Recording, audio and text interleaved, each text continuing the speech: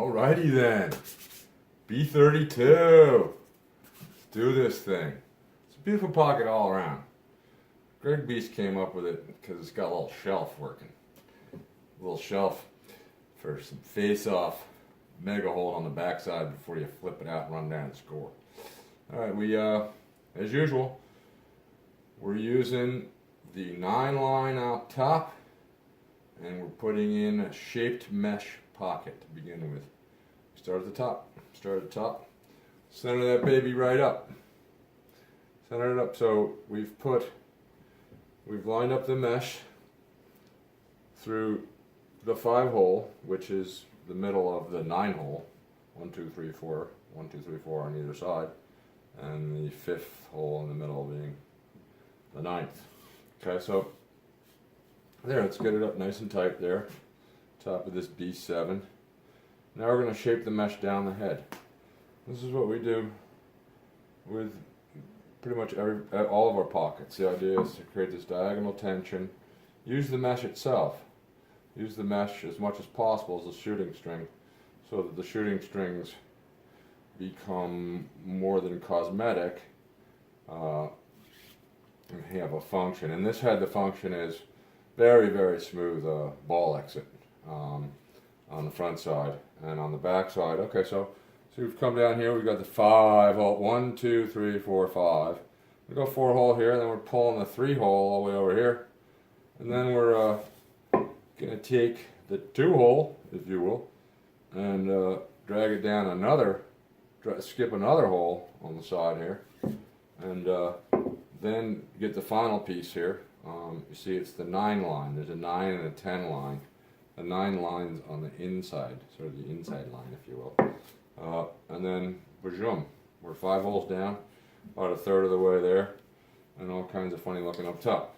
Pull it up tight, drag it over. So now we're going to shape the mesh down the other side here and make it the channel. It's just pretty much a channel that you can't mess around with. It's the idea is there's no maintenance, because the pocket starts out lashed into position using the mesh itself to its maximum usage for it as a shooting string. I think I said that already. Moving on. Okay, now spider mesh is fabulous because so light, so thin, enhances feel, and which is what we're really trying to do with all of our pockets is enhance feel. I want you to feel the ball, which reduces thinking ultimately.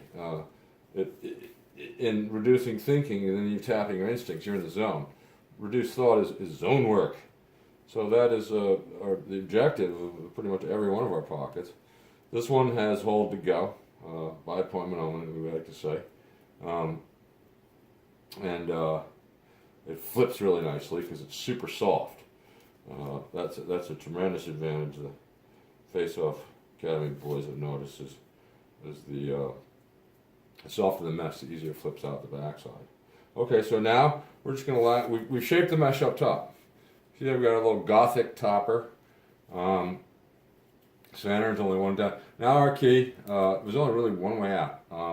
We've shaped it down here so that it's going to create its own sort of channel on the way up. And now we just got to make sure that it doesn't do that, because there's the pocket that ain't working. And this right around here, right, that angle there is your working pocket. So now we're lashing it down the sides here to maintain that shape. And occasionally on certain heads, certain pockets, certain mesh, you can double up. Like for example, you could go through this hole again, or you could go down to this hole depending on the tension. Now this happens to be strung fortuitously so that we don't have to do any adjustments. And then when we add the 3 tops, you're getting rid of any, it's just a pillow on the way out. If there was excess mesh up there, the 3 top strings should get rid of that. And you'll notice that we're really only using 1 string.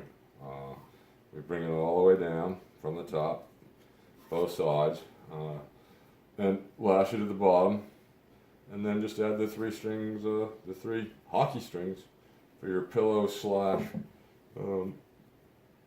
shelf effect. Pillow on the shots and passes, shelf on the face-offs and flipper dippers. Okay, so I'll leave this loose just to make sure that this tied back here leaves the right amount of tension up here.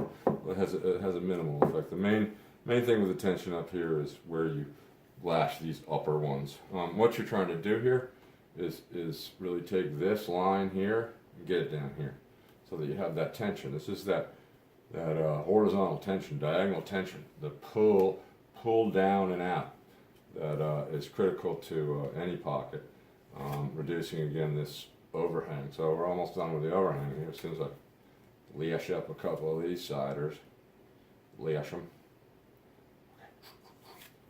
Speed lashing, boredom. Somebody's getting bored. You are. So yeah, they've been doing. How long have they been lashing up these things? I don't know, over 500 years. What have they used? Everything. Leather, which is from cows or goats or whatever. They probably used some gut, like a tennis racket string over the years, which is lamb intestines. Ew, gross. We just like this HTP, high tension polyester string, which is nylon, which is ultimately nylon, which is ultimately made out of petroleum, which is ultimately the black goo that comes out of the ground in Texas. So most of these things are ultimately come from Texas. Okay, we're almost done lashing the side here. All right, I'm gonna leave that open for a final pop in there. And then up here, we try to get it as close to the top as possible, but not too mushy. We have 4 inches to work with, coming down the head along the arc. You have 4 inches from here. You also have 4 inches from here, so it's lower on the side, which is why you can go down a bit. And again, we're just going to use the shape of the mesh. The shape of the mesh did a very good job being itself. So we're going to shape out the mesh accordingly. We like to roll our leather. Not leather. I said that on purpose. They're hockey laces, and we roll them for a couple reasons. One, they look better. 2, the pillow effect seems to be improved. And we put 3 in. We probably only need to put 2 in, but we would put 3 in because it's just that much more pillowy on the way out. Yeah, and then you're getting the lower we can put the shelf, the better, obviously. But I'll show you in a sec. The tension here is great, just great, because you'll see there's no lip up top, and spider mesh really doesn't break in much because there's not much to it. It doesn't get wet because there's not much to it. It doesn't break in much because there's not much to it. So this is there you go. That's perfecto. So all we're doing now is laying in the pillow. Laying a couple more pillows here and we're done. We're pretty much done as it is. If you want to move on. And then you just lash that up at the bottom there so that the bucket's legal. That's all. You just don't want it to be too deep right off the bat. But we got full butt. What we're looking for here is the deepest pocket possible without any whip.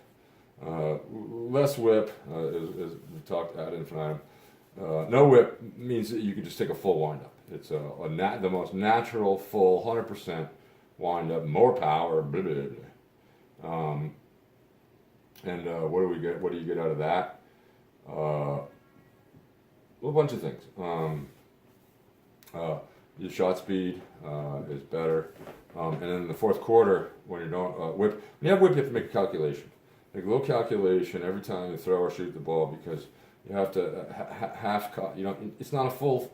You're not going all the way through. You know, it's not a follow through because you have to at one point stop the head to let the ball come out before it hits the hard string of the top, which creates the whip, which is great. You could do that 100 times in a row on the wall and hit the brick every time. But fourth quarter, you get tired, some guy dogging you. Well, this can be a problem. That's when you hit grandma. Best shooter on the team.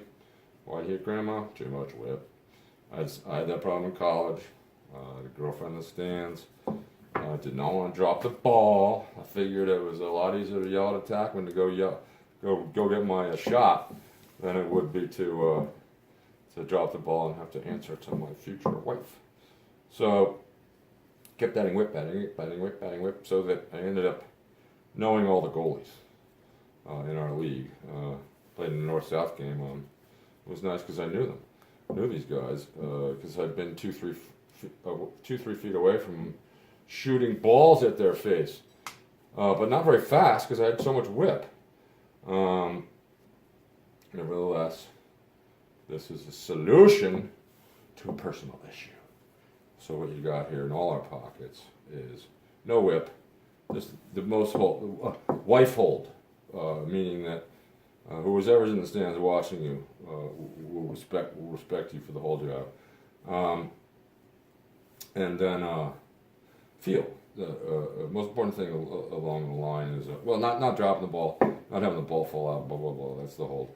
But then we move into weight and feel, and that's where you get into the zone with the pocket. The pocket can help you get into that zone when it helps you stop thinking. When you know you have the ball, when you know it's going straight, when it comes out, when you know you don't have to make any whip calculations, etc., then you're at the holy grail of pocketage. And speaking of the holy grail of pocketage, here we go!